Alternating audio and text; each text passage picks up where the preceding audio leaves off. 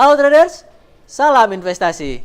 Kembali kita berjumpa di dalam VBIS Weekly Sentiment Forex. Mari kita simak bagaimana perdagangan mata uang asing untuk minggu ini. Secara umum, dampak daripada penanganan krisis di Uni Eropa masih memberikan imbas negatif terhadap mata uang euro dan beberapa mata uang di kawasan Eropa lainnya. Namun di lain pihak, pada dolar komoditi pada minggu lalu cenderung mengalami penguatan. Hal tersebut disebabkan atau dapat ditunjukkan oleh adanya peningkatan kinerja pada ekonomi Australia, di mana trade balance mengalami surplus sekitar 0,01 miliar dolar Australia. Sedangkan pada ekonomi Eropa, pada minggu lalu diumumkan bahwa nilai bond Italia mengalami kenaikan borrowing cost menjadi 5,96% dari angka 5,82% sebelumnya. Hal tersebut menunjukkan semakin meningkatnya kekhawatiran investor terhadap obligasi Italia. Sedangkan B2 cover ratio mengalami penurunan dari 1,7 menjadi 1,3, menunjukkan penurunan minat terhadap obligasi Italia. Kendati demikian, perkembangan negatif juga nampak pada ekonomi AS, di mana tingkat pengangguran dilaporkan mengalami peningkatan dari 8,2% menjadi 8,3%. Sehingga dampak dari perkembangan tersebut memberikan suatu tekanan baik dari sisi fundamental Amerika Serikat maupun euro, sehingga cenderung bergerak relatif sideways. Secara lengkapnya dapat kita lihat pada chart berikut, di mana sterling pada minggu lalu bergerak dengan pergerakan bearish lemah dan masih bergerak bearish lemah pada awal minggu ini. Sedangkan euro menguat tipis dan masih menguat tipis pada minggu ini. Aussie yang pada minggu lalu bergerak menguat cukup baik, pada awal minggu ini bergerak melemah tipis. Sedangkan dolar Amerika Serikat yang pada minggu lalu bergerak melemah tipis terhadap franc Swiss masih juga melemah pada minggu ini. Sedangkan terhadap yen Jepang, dolar Amerika Serikat berbalik melemah setelah pada minggu lalu bergerak menguat.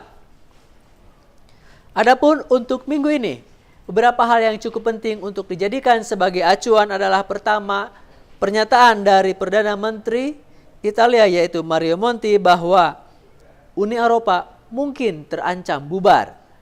Hal ini beliau kemukakan menyusul semakin sulit tercapainya kesepakatan para pemimpin Eropa lainnya untuk mengeluarkan bantuan terhadap negara-negara Uni Eropa.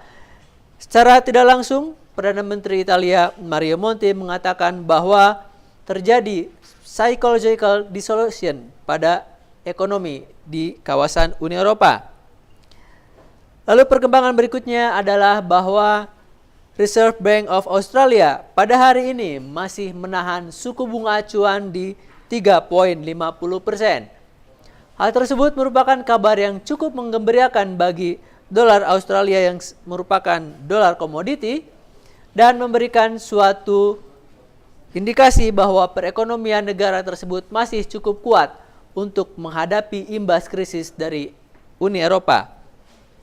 Hal lainnya adalah bahwa dari pasar forex ataupun dari pasar komoditi, Commodity Futures Trading Commission atau CFTC Amerika Serikat melaporkan bahwa spekulan pada pasar komoditi semakin meningkatkan posisi buy pada 18 produk komoditi berjangka sekitar 4,9% dan menjadi 1 poin atau 1,22 juta kontrak sampai pada akhir Juli yang lalu. Perkembangan ataupun laporan dari CFTC ini menunjukkan bahwa minat terhadap aset-aset komoditi semakin menguat, sehingga hal tersebut sejalan dengan perkembangan bahwa Bank Sentral Australia menahan suku bunga di acuan, yaitu merupakan suatu indikasi bahwa minat terhadap dolar komoditi juga semakin menguat. Dampaknya terhadap perkembangan forex dapat kita lihat pada chart berikut. Pada pair euro dolar dapat kita lihat pola minor sudah menunjukkan pola channeling up. Terjadi pola pembalikan arah namun masih belum signifikan. Dan kisaran 1.2170 diperkirakan sebagai kisaran support yang cukup kuat untuk perdagangan minggu ini. Sedangkan 1.2586 diperkirakan sebagai kisaran resistensi yang cukup kuat untuk minggu ini.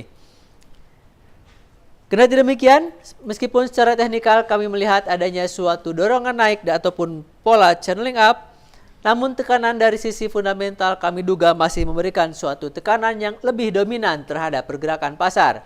Sehingga sentimen kami untuk euro dolar pada minggu ini adalah bahwa mata uang tersebut masih akan mengalami tekanan dari dolar Amerika Serikat. Sedangkan pada sterling dapat kita lihat bahwa mata uang tersebut sejak pertengahan Juni lalu bergerak dalam pola yang cenderung sideways dan cenderung bergerak secara reversal. Setelah terjadinya quadruple up dan terjadi pola yang cenderung konsolidatif, kisaran 1.5487 untuk minggu ini diperkirakan sebagai kisaran support yang cukup kuat. Sedangkan 1.5776 sebagai kisaran resistensi yang cukup kuat.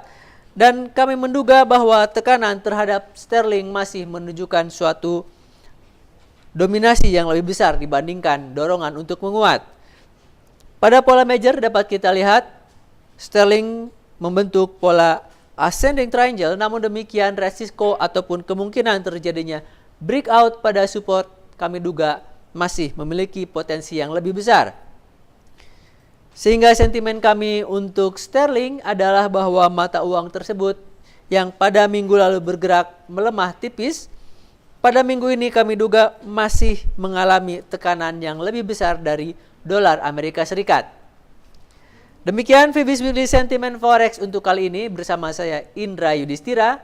Happy trading dan salam Fibis.